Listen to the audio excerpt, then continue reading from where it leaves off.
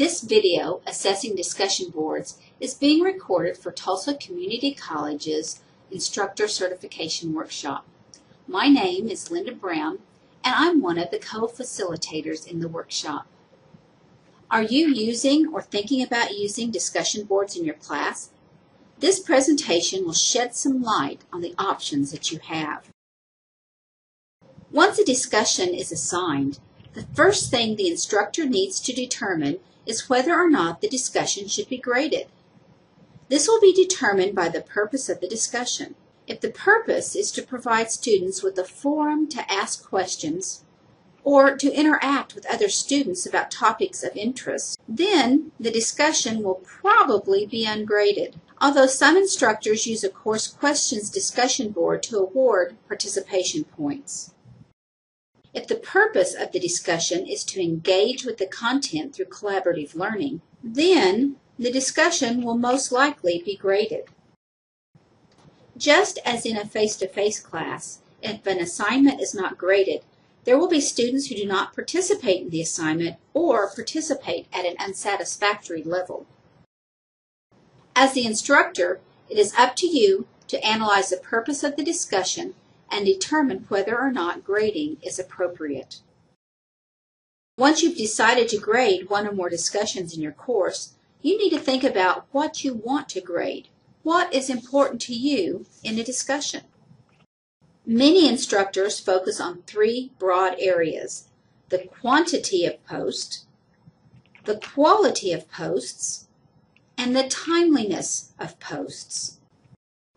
Here are some things to consider when determining what is important in your course. You might want to consider assessing promptness and initiative, which speaks to the student's ability to participate in the discussions in a timely fashion and demonstrates self-motivation.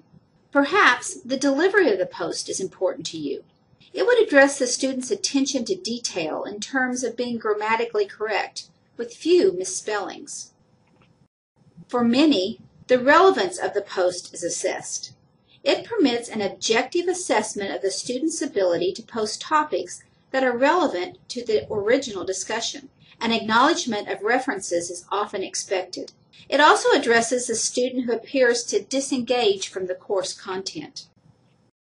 Expression within the post could be important to you. It addresses the issue of how well opinions are expressed and how ideas or comments are presented. Finally, consider assessing the contribution to the learning community, as it speaks to whether or not the student makes an effort to further the development of the collaborative learning experience. A grading rubric is an effective way to communicate your expectations to your students about their discussion board participation. Basically, a rubric is a scoring guide used in subjective assessments. Generally, rubrics specify the level of performance expected for several levels of quality. Each is assigned a specific value.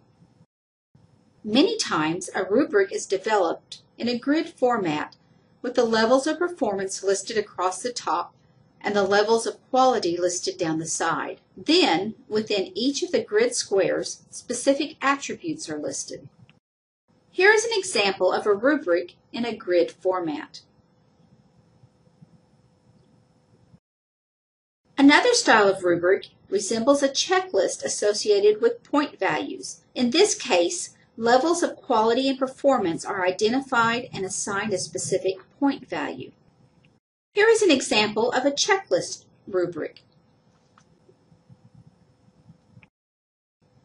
It doesn't matter what style of rubric you choose, just as long as you make your expectations known to your students. Finally, here are some questions to think about. What role will the discussion have in assessing a student's understanding of the learning objectives? After the discussion is complete, what will the discussion tell you about the student? Will you intervene to improve participation that is below standard? Should students be required to post a minimum number of times? Should a combination of simple responses and innovative posts be an expectation?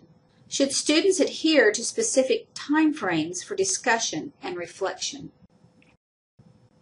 There is no right answer to these questions.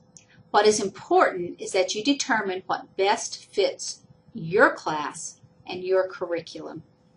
Thank you for your time.